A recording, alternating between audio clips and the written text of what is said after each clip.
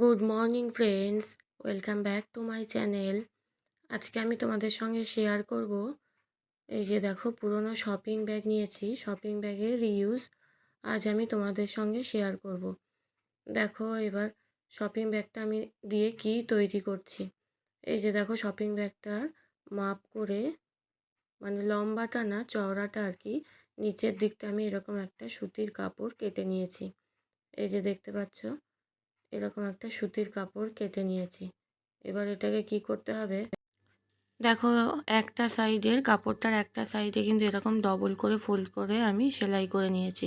দুটো সাইড নয়, একটা সাইড। এবার দেখো কি করতে হবে, যে সাইডটা আমি সেলাই করে নিয়েছি সেই সাইডটা কিন্তু ওপর দিকটায় রাখবো, আর যে দিকটা সেলাই করা নেই সেই দিকটা দেখো কিভাবে আমি সেট করে রাখছি ব্যাগটার ওপরে। এই যে এইভাবে রেখে এখান থেকে কিন্তু উল্টো দিক দিয়ে এইভাবে সেলাই করে নিতে হবে। দেখতে পাচ্ছ যেভাবে আমি দেখালাম। এই যে দেখো আমি কিভাবে সেলাই করছি। তোমরা চাইলে মেশিনেও সেলাই করে নিতে পারো, আমি কিন্তু এটা হাতেই সেলাই করছি। এই দেখো সুতো নিয়ে নিয়েছি, এবার এটাকে এইভাবে সেলাই করে নিচ্ছি। দেখো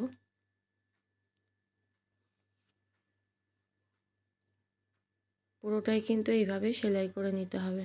ব্যাগটার চওড়াটা যতটা, তার থেকে কিন্তু একটু বেশি কাপড় রাখবে দুটো সাইডেই।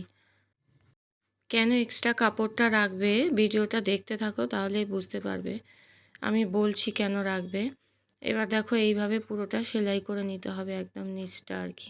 ওপর দিকটা তো আগেই সেলাই করে নিয়েছিলাম কাপড়টার, আর এটাকে আমি এই শপিং ব্যাগটার সঙ্গে একসাথে অ্যাটাচ করে ধরে এইভাবে সেলাই করে নিচ্ছি।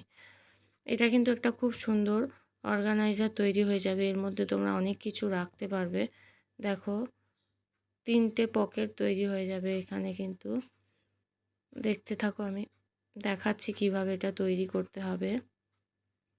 একদম ঘরের ফেলে দেওয়া জিনিস দিয়ে অনেক সময় শপিং ব্যাগগুলো কিন্তু অনেক জমে যায় আমাদের বাড়িতে, কি কাজে লাগাবো সেটা আমরা ভেবেই পাই না। অনেক তো আর ব্যাগ ইউজ করতে লাগে না, কিছু কিছু ব্যাগ হয়তো অনেক সময় বাড়তি হয়ে যায়, সেগুলোকে আমি কিভাবে ইউজ করছি চলো দেখাই। এ দেখো একটা সাইড আমি কিন্তু সেলাই করে নিয়েছি। এই যে বাড়তি কাপড় রেখেছিলাম দেখতে পাচ্ছ, এই যে দুটো সাইডে যে বাড়তি কাপড় নিয়েছিলাম সেটাকে কেন রেখেছি, এই যে দেখো এবার বলি তোমাদেরকে। এইভাবে ডবল করে ফোল্ড করে নিতে হবে। এই যে এই সাইডটাকে আগে এইভাবে ডবল করে ফোল্ড করে নিয়ে, এই যে দেখতে পাচ্ছ, এবার এইভাবে উল্টে ধরে সেলাই করে নিতে হবে। এই যে দেখতে পাচ্ছ যেভাবে আমি দেখাচ্ছি। এই যে কাপড়টা একটু ইস্ত্রি করে নিলে তোমাদের সেলাই করতে সুবিধা হতো। দেখো আমি কিন্তু ইস্ত্রিটা পরে করেছিলাম। দেখো এইভাবে সেলাই করে নিতে হবে যেভাবে আমি দেখাচ্ছি, দেখতে পাচ্ছ।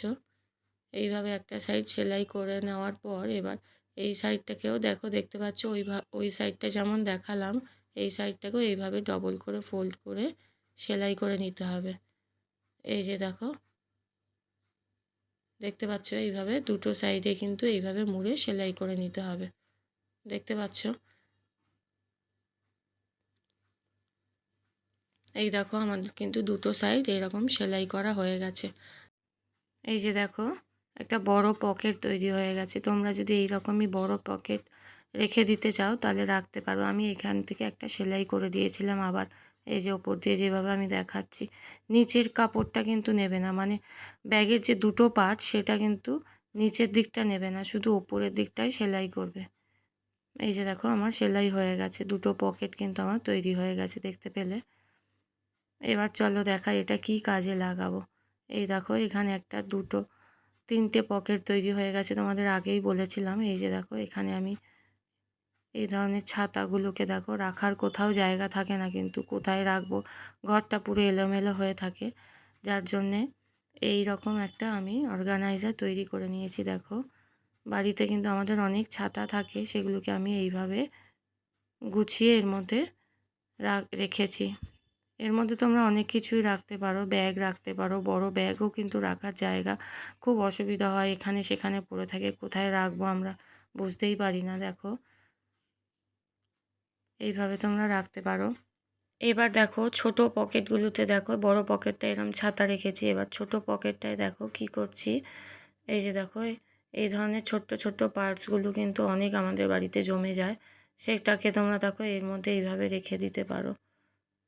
এটা কিন্তু এইভাবে ফোল্ড করে রাখার দরকার নেই, যে পকেটটা কিন্তু অনেকটাই বড় আছে, এমনি সোজা তোমরা ঢুকিয়ে দিতে পারো। এই যে দেখো, দেখতে পাচ্ছ? এই যে দেখো এইভাবে এখানে পকেটের মধ্যে, এর মধ্যে কিন্তু অনেক জায়গা আছে, এখনও কিন্তু আরও 2-3টে ব্যাগ এইভাবে ঢুকে যাবে। এই যে দেখো সোজাভাবেও রাখতে পারো, কিন্তু অনেকটাই লম্বা জায়গা রয়েছে, দেখতে পাচ্ছ? আরও 2-4টে কিন্তু এরকম ধরনের ব্যাগ রাখতে পারো। এটা এবার তোমরা আলমারির মধ্যে রেখে দিতে পারো হ্যাং করে, অথবা ওয়ালের মধ্যে এইভাবে হ্যাং করে রেখে দিতে পারো। তো আজকের মতো আমি এখানেই ভিডিওটা শেষ করলাম। কেমন লাগলো শপিং ব্যাগের ইউজ আমাকে অবশ্যই কমেন্ট করে জানাবে।